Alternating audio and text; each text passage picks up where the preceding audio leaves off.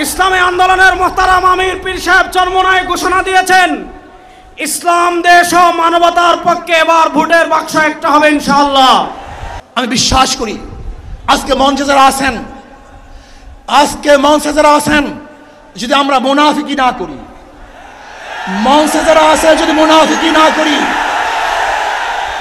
মুখের এবং কাজের কথা যদি একসাথে থাকেন, মুখের সাথে কাজের যদি মিল থাকেন, আমি এই লক্ষ জনতার সামনে কসম করে বলতে পারি আগামীতে ক্ষমতায় যাবে ইসলাম, ক্ষমতায় যাবে ইসলাম, কোনো সন্দেহ নাই।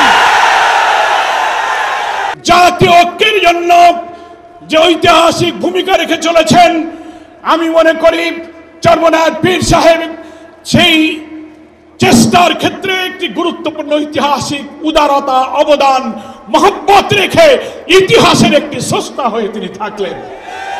আমরা আপনাদেরকে স্পষ্ট করে আমাদের জাতীয় নাগরিক পার্টি এনসিপির পক্ষ থেকে অঙ্গীকার করি, বাংলাদেশের প্রশ্নে, জনগণের প্রশ্নে আপনারা যদি ঐক্যবদ্ধ থাকেন, আপনাদের সাথে কাঁধে কাঁধ মিলিয়ে 24-এর মতো এনসিপি আবারও আগামীর বাংলাদেশে লড়াই করবে।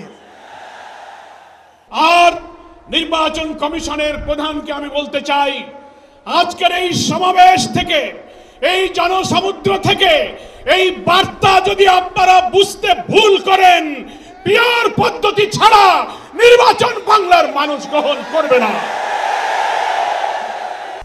বিএনপি বলছে আমরা সরকার গঠন করে ক্ষমতায় গিয়ে সংস্কার করব।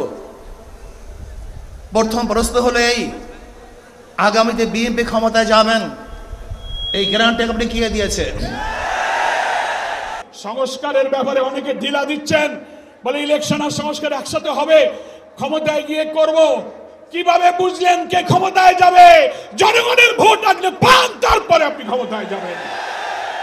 আপনারা পিয়ারের কথা বলেছেন, এই যে পিয়ার আগামীর বাংলাদেশের সংসদে আমরা যদি আসলেই জনগণের প্রতিনিধিত্ব চাই, তাহলে আগামীতে এই পিয়ার নিয়ে আমাদের আরো জোরে সোরে ভাবতে হবে।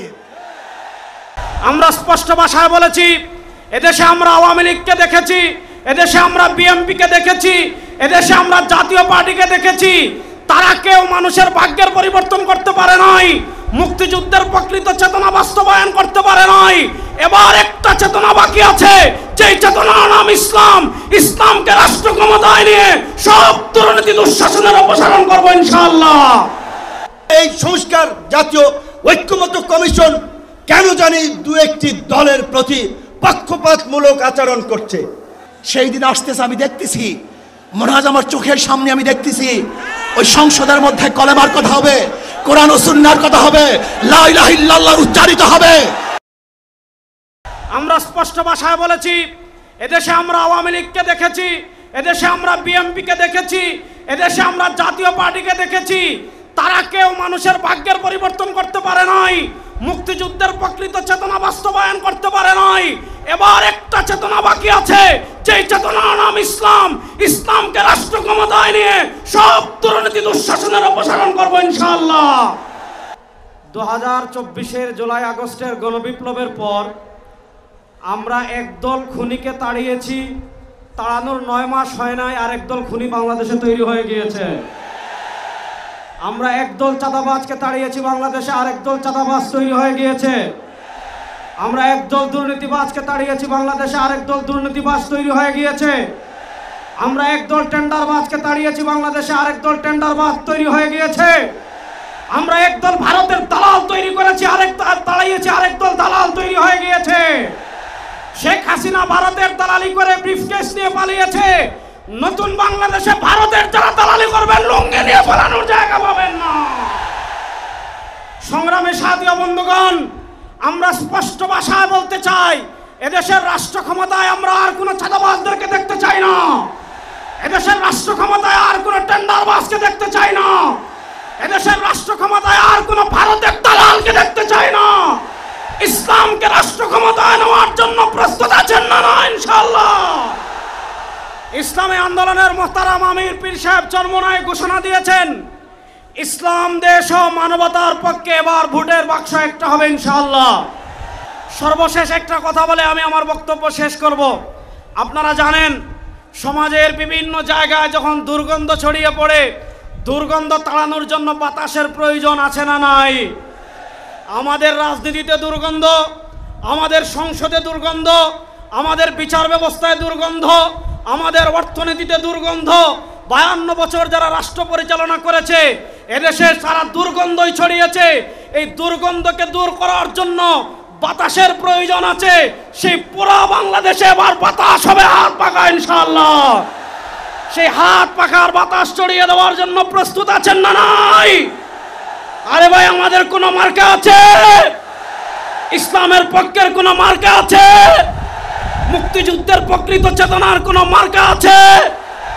ভারতীয় আধিপত্যবাদ মোকাবেলার কোনো মার্কা আছে? ওরে কোন সে মার্কা? সবাই বলো, এবার যাবে সারা বাংলায়। পিসাব জন্ম নয়, শাখা জন্ম নয়, নারে তাকবীর। 2024 সালের ছাত্র জনতার অভ্যুত্থানের আমার সহযোদ্ধারা, আপনারা কেমন আছেন? আমার সামনে আজ এই ইসলামী আন্দোলন বাংলাদেশের মহাসমাবেশে যে লক্ষ ছাত্র জনতার উপস্থিতি, তারাই ছিল আমাদের জুলাই অভ্যুত্থানের অন্যতম সহযোদ্ধা। কে কি বলল সেটাতে আপনাদের আমাদের কিছু আসে যায় না। আমরা যতক্ষণ জুলাই অভ্যুত্থানের ওই স্পিরিটে নিজেদের বুকে ধারণ করে শহীদের যে আত্মত্যাগ, জুলাইয়ের যোদ্ধাদের যে রক্ত দেয়া, সেগুলোকে আমরা যতক্ষণ ধারণ করে সামনের দিকে এগিয়ে চলবো, ততক্ষণ কারো প্রপাগান্ডা আমাদের কিছু আসে যায় না। ততক্ষণ ওই বিদেশি এজেন্টদের চক্রান্তে আমাদের কিছু আসে যায় না। আমাদের মনে আছে ওই 3, 4, 5 আগস্টে আমাদের আমির সাহেব, সিনিয়র নায়েবে আমির সাহেব কিভাবে মার্চ টু গণভবনের ঘোষণা দিয়েছিলেন। আমরা স্পষ্ট করে আপনাদেরকে একটা কথা বলি, এই 24 পরবর্তী বাংলাদেশে আমরা যারা অভ্যুত্থানের সহযোদ্ধা ছিলাম, আমরা যদি ঐক্যবদ্ধ থাকি, আগামীর বাংলাদেশে আর কোন ফ্যাসিস্ট কোন নামে কোন ব্যক্তিকে সামনে রেখে, কোন দলকে সামনে রেখে এই বাংলাদেশে দাঁড়াতে পারবে না। এখন জনগণের সামনে আমাদের দৃষ্টান্ত স্থাপন করতে হবে। আমরা আমাদের কাজের মাধ্যমে প্রত্যেকটি ক্ষেত্রে যেন সেই দৃষ্টান্ত স্থাপন করতে পারি।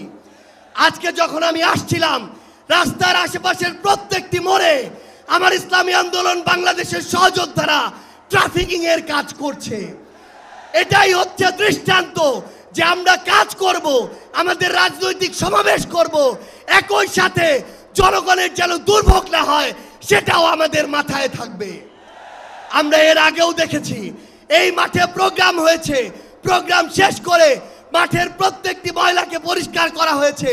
এটাই হচ্ছে আগামীর বাংলাদেশের দৃষ্টান্ত যে আমাদের যারা সাময়িক যদি কোনো সমস্যা হয়, আমরা আবার ঐক্যবদ্ধভাবে সেই সমস্যার সমাধান করব।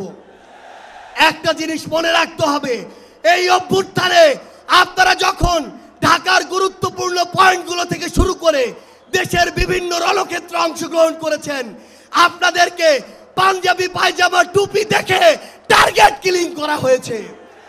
আমার মাদ্রাসার অসংখ্য ভাই এই টার্গেট কিলিং এর শিকার হয়েছেন। আগামীর বাংলাদেশে কেউ যেন কাউকে ট্যাগিং করে টার্গেট কিলিং এর শিকার না করতে পারে, সে বিষয়ে আমাদের ঐক্যবদ্ধ থাকতে হবে। আমরা সংস্কার বিচারকে সামনে রেখে আমাদের এই লড়াই করছি।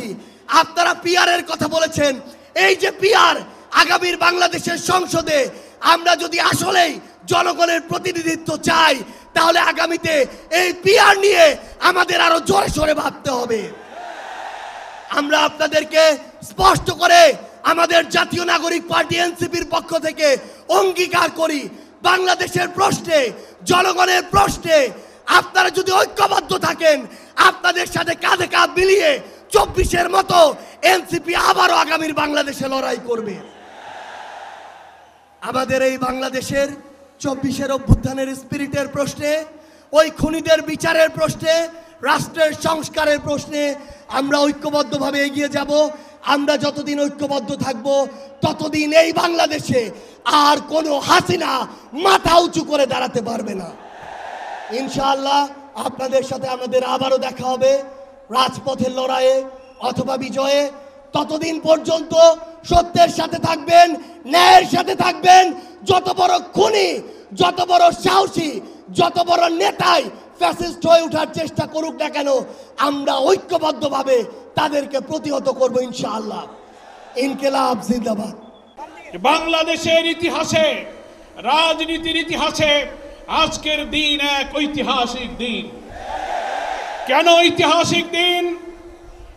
মুসলিম উম্মার নেতৃত্বদানকারী দেশপ্রেমিক সকল ইসলামী দল, ব্যক্তিত্ব, স্কলারদের মধ্যে ভিন্নমত থাকা সত্ত্বেও আজকে একটি ঐতিহাসিক ঐক্যের যে পরিবেশ এবং সম্ভাবনা দেখা দিয়েছে, সৈয়দ মোহাম্মদ রেজাউল করিমের আহ্বানে আজকের এই ঐতিহাসিক মঞ্চে যারা বসে আছেন তারাই হচ্ছে এই ঐক্যের মহাকাণ্ডারী।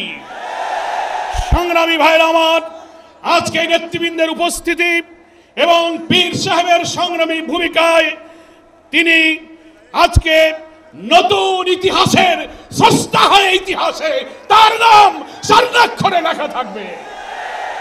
সংগ্রামী দেশবাসী ভাইরা, আমি অন্তর্বর্তীকালীন সরকারের প্রধান প্রফেসর ডক্টর মোহাম্মদ ইউনূস আপনাকে বলতে চাই, আপনিও ন্যাশনাল কনসেনসাস কমিশন যেটা হয়েছে তারও আপনি চেয়ারম্যান, তার কো চেয়ারম্যান করা হয়েছে প্রফেসর ডক্টর আলী রিয়াজকে।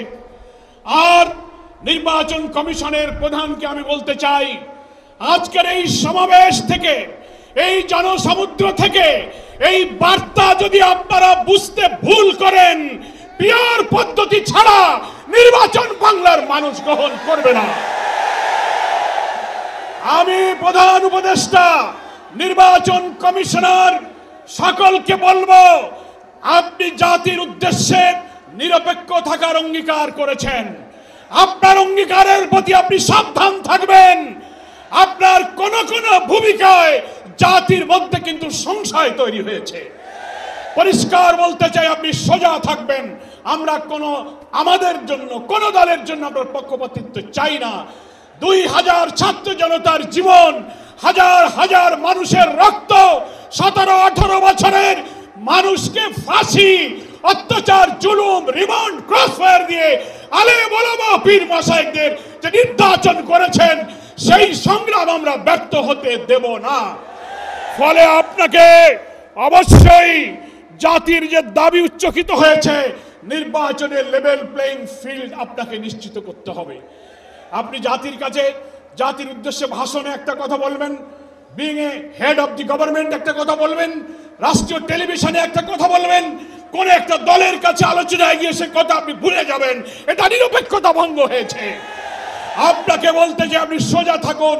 রাজনৈতিক সংলাপে আপনি দোষ করেননি, বৈঠক করার অধিকার সবার আছে, কিন্তু আপনি এক জায়গায় কথা বলে মত পরিবর্তন করবেন কেন?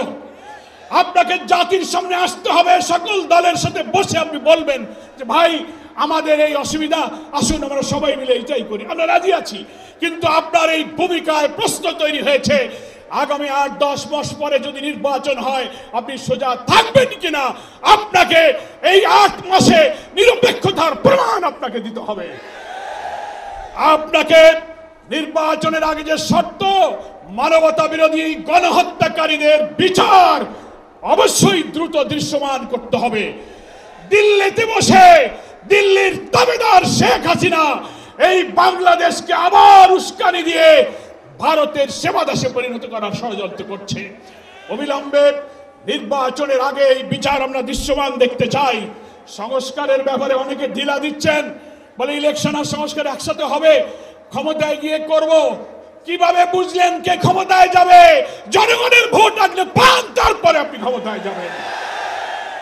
এই ফ্যাসিবাদী আমলের রাজনৈতিক, সাংবিধানিক সরকারের যে কাঠামো তৈরি হয়েছে বাংলাদেশে, এই কাঠামো তছনছ করে দিয়ে নতুন বাংলাদেশের নতুন বন্দোবস্ত কাঠামোর জন্য অবশ্যই মৌলিক সংস্কার প্রয়োজন। এই প্রশাসনিক ব্যবস্থার মধ্যে আমরা নতুন কোন ফ্যাসিবাদ, নতুন কোন হাসিনার আমরা জন্ম দিতে চাই না। এই জন্য সংস্কার আমাদেরকে করতে হবে। আন্দোলনের শহীদ, আহত যারা, তাদের চিকিৎসা এবং পুনর্বাসন করতে হবে। প্রবাসী 1,10,00,000 ভোটার, তাদেরকে ভোটাধিকারের ব্যাপারে আপনাকে নিশ্চিত করতে হবে। স্থানীয় সরকার নির্বাচন আগে দিতে হবে। জুলাই সনদ এবং ঘোষণাপত্র অবশ্যই জুলাই বিপ্লবের বার্ষিকী আমরা 1 তারিখ থেকে 8 আগস্ট পালন করব। এর মধ্যেই জুলাই সনদ এবং জুলাই ঘোষণাপত্র আপনাকে বাস্তবায়ন করতে হবে। সংগ্রামী দেশবাসী, বাংলাদেশ জামাত ইসলামীর সংগ্রামী আমির ডাক্তার শফিকুর রহমান তিনি পীর সাহেব চরমনাইকে এবং আপনাদের সহ সকল দেশবাসীকে জামাত ইসলামের পক্ষ থেকে সালাম এবং শুভেচ্ছা জানিয়েছেন। তিনি জাতীয় ঐক্যের জন্য যে ঐতিহাসিক ভূমিকা রেখে চলেছেন, আমি মনে করি চরমনায় পীর সাহেব সেই চেষ্টার ক্ষেত্রে একটি গুরুত্বপূর্ণ ঐতিহাসিক উদারতা, অবদান, মহব্বত রেখে ইতিহাসের একটি স্রষ্টা হয়ে তিনি থাকলেন। আগামী দিনে জাতীয় ঐক্যের মধ্য দিয়ে নতুন ফ্যাসিবাদের জন্মকে আমাদের ঠেকাতে হবে। আমরা এই ঐক্যের পেছনে চরমনায় পীর সাহেবের যে উদারতা, যে আন্তরিকতা, যে মহব্বত, তার মাধ্যমে তিনি যে গুরুত্বপূর্ণ ভূমিকা পালন করেছেন আমরা দেখতে পাচ্ছি। ইতিমধ্যেই বাংলাদেশের গ্রামে গঞ্জে, শহরে, নগরে, বন্দরে ওলামায়ে কেরাম, মুসলিম উম্মাহর নেতৃত্বদানকারী জনগণের এই ঐক্যের পরিবেশ দেখে, আজকে এক মঞ্চে দেখে গ্রামে গ্রামে ঐক্যের জোয়ার শুরু হয়েছে। আসুন ভেদাভেদ, ভিন্নমত পরিহার করে মুসলিম জাতি সত্তা মূল্যবোধ রক্ষার জন্য আল্লাহ তাআলার দ্বীনকে পার্লামেন্টে নিয়ে ন্যায় বিচার, সুশাসন, বৈষম্যহীন এক নতুন সমৃদ্ধ মানবিক বাংলাদেশ গড়ার জন্য আমরা ঐক্যবদ্ধ থাকব। সকলকে ধন্যবাদ। বাংলাদেশ জিন্দাবাদ। ওমা তৌফিক ইল্লা বিল্লাহ। আসসালামু আলাইকুম ওয়া রাহমাতুল্লাহি ওয়া বারাকাতুহু। ইসলাম প্রিয় দেশপ্রেমী ভাইয়েরা আমার, আজকে সম্মেলন কেন? আমরা পিআর সিস্টেমে নির্বাচন চাই, সংখ্যানুপাতিক হারে নির্বাচন চাই। বিএনপি কেন মানছে না? বিএনপি তো দাবি করেছে আমরা জাতীয় সরকার গঠন করব, এটা বিএনপির দাবি। আর জাতীয় সরকার গঠন করার জন্য সবচেয়ে ভালো পদ্ধতি পিআর সিস্টেম নির্বাচন। জাতীয় সরকার সর্বদলের অংশগ্রহণমূলক সরকার, আর সর্বদলের অংশমূলক সরকার গঠন হতে পারে একমাত্র পিআর সিস্টেম নির্বাচনের ভিত্তিতেই। তাহলে কেন বিএনপি মানছে না? কারণটা কি আমি তো বুঝি না। অবশ্যই বিএনপিকেও পিআর সিস্টেমে নির্বাচন মানা উচিত। সংস্কার চাই। বিএনপি বলছে আমরা সরকার গঠন করে ক্ষমতায় গিয়ে সংস্কার করব। প্রথম প্রশ্ন হলো এই, আগামীতে বিএনপি ক্ষমতায় যাবেন, এই গ্যারান্টি আপনি কে দিয়েছে? আপনি কিভাবে ভেবেছেন যারা 91 থেকে 96 পর্যন্ত ফেল করার কারণে 96 ক্ষমতায় আসতে পারে নাই, আবার 2001 থেকে 2005 পর্যন্ত দেশ চালাবার কারণে 2008-এও তারা ক্ষমতায় আসতে পারে নাই। 2001-এ বিএনপি ইশতেহার ঘোষণা করেছিল, সেই ইশতেহারের মধ্যে 10%ও বিএনপি বাস্তবায়ন করতে পারে নাই। এমনকি 2001-এ বিএনপির ইশতেহারের 1 নম্বর শর্ত তারা পালন করতে পারে নাই। আমি বিশ্বাস করি আগামীতে ক্ষমতায় কে যাবে না না যাবে আমি জানি না, কিন্তু বাংলাদেশের জনগণ কোনো দুর্নীতিবাজ, চাঁদাবাজ, দখলবাজ, খুনিদেরকে আর ক্ষমতায় নিবে না।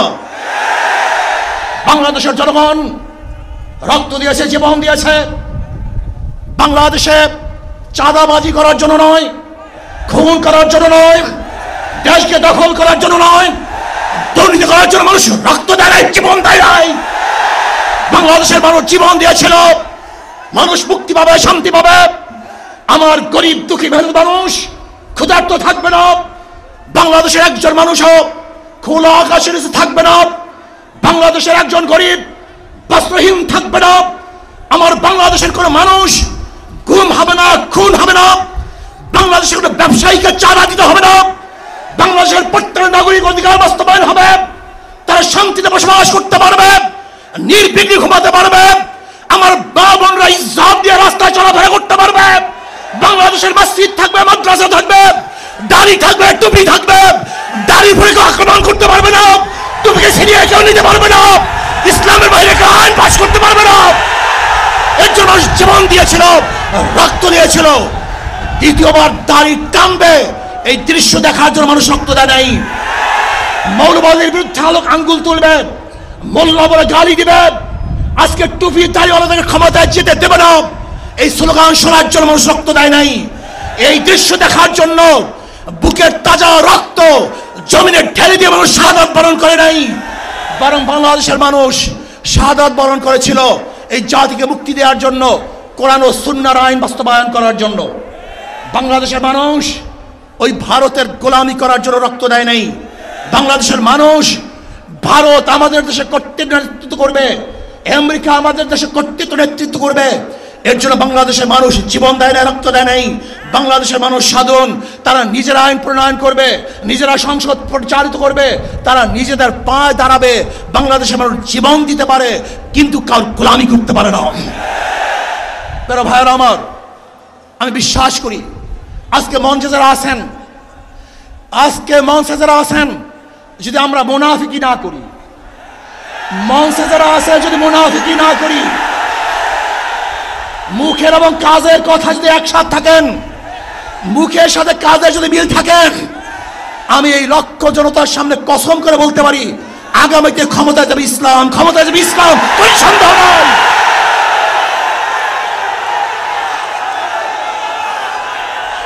কিন্তু খবরদার যদি মুনাফিকি করি, তাহলে এদেশের মানুষ সচেতন হয়েছে, এদেশের মানুষ সব জ্ঞানী হয়ে গেছে। বিশ্বাস করবেন না, একজন রিক্সাওয়ালা, ঠেলাওয়ালা, কুলি মজদুরের বক্তব্য শুনলে আমরা আশ্চর্য হয়ে যাই বাংলাদেশের মানুষ কত সচেতন, তারা কত সচেতন হয়েছে। যদি আমরা মুনাফিকি না করি, যদি আমরা ঐক্যবদ্ধ থাকি, বাংলাদেশে একটা বাক্স ইসলামের নামে দিতে পারি। যেরকম আমেরিকা এবং ওই জারস ইসরায়েল ইরানের আক্রমণকারী ভেবেছিল মুহূর্তের মধ্যে নিশ্চিহ্ন করে দিবে, কিন্তু আক্রমণ করার পরে দেখেছে ইরানের গুহার থেকে কোথার থেকে বোম মিসাইল চলে আসছে। আমেরিকা এবং ইসরায়েল যেরকম অনুভব করতে পারে নাই, বাংলাদেশের বুকে যদি একটা বাক্স দেওয়া হয়, বাংলাদেশের ঘরের থেকে এমন মিসাইল বের হবে, এমন বোমা বের হবে, গোটা বাংলাদেশ থেকে, গোটা দুনিয়া থেকে ইসলামের দুশমনদেরকে ধ্বংস করে ফেলবে ইনশাআল্লাহ। ঐক্য হন, মুনাফিকি করবেন না, একসাথ হন, ঐক্যবদ্ধ হন, এইটা আমার মেসেজ থাকবে। যদি ঐক্যবদ্ধভাবে ক্ষমতার লোভকে সংবরণ করে আমি ক্ষমতায় যেতে চাই না, ইসলামকে ক্ষমতায় নিতে চাই। আমি ক্ষমতায় যাইতে চাই না, কোরআন ও সুন্নাহকে ক্ষমতায় নিতে চাই।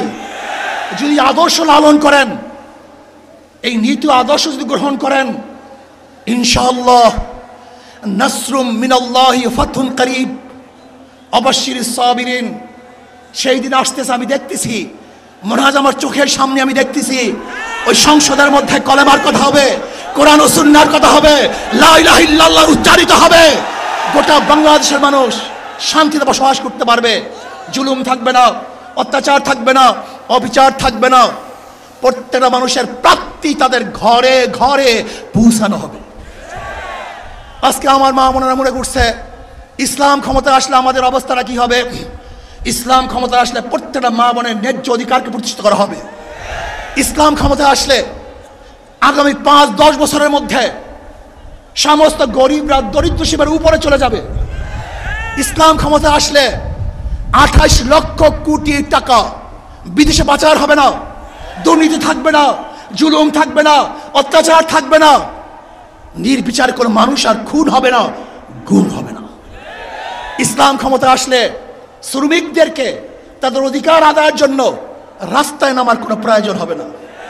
ইসলাম ক্ষমতা আসলে কৃষক, শ্রমিক, মজদুররা তাদের অধিকারকে প্রতিষ্ঠিত করার জন্য ইসলামী সরকার তাদেরকে নিয়ে কমিটি গঠন করে তাদের প্রাপ্তি তাদের কাছে পৌঁছায় দেবে। আসুন ইসলামী হুকুমাত কায়েম করার জন্য আমরা চেষ্টা করব। আজকে আমাদের এই জনসভায় যশোর থেকে আমার কিছু ভাই আসার সময় তার অ্যাক্সিডেন্ট হয়ে শাহাদাত বরণ করেছে। আল্লাহ তাদেরকে জান্নাতুল ফেরদাউস দান করেন। আমার অনেক ভাইয়েরা আহত অবস্থায় আছে, আল্লাহ পাক তাদেরকে সুস্থ করে দেন। আসুন আজকে জনসমুদ্রে আমরা আসছি, আমাদের টাকা নাই, পয়সা নাই, নিজের পয়সা দিয়ে এসছি, নিজের খানা খেয়েছি। এই জাতিকে, এই দলকে, এই কাফেলাকে গোটা দুনিয়ার কোনো প্রশক্তি পরাজয় করতে পারবে না, থামিয়ে রাখতে পারবে না। অবশ্যই ইনশাআল্লাহ আমরা বিজয় হব। আল্লাহ আমাকে এবং সবাইকে ইসলাম হুকুমাত কায়েম করার তৌফিক দান করেন। আমরা পরিষ্কারভাবেই সংস্কার কমিশনকে বলতে চাই, সমাবেশ শুধু একটা দলের দেখেছেন, সবেমাত্র শুরু হয়েছে। ইসলামী আন্দোলন আজকে করেছে, 19 তারিখ জামাত করবে, তারপরে গণ অধিকার পরিষদ করবে।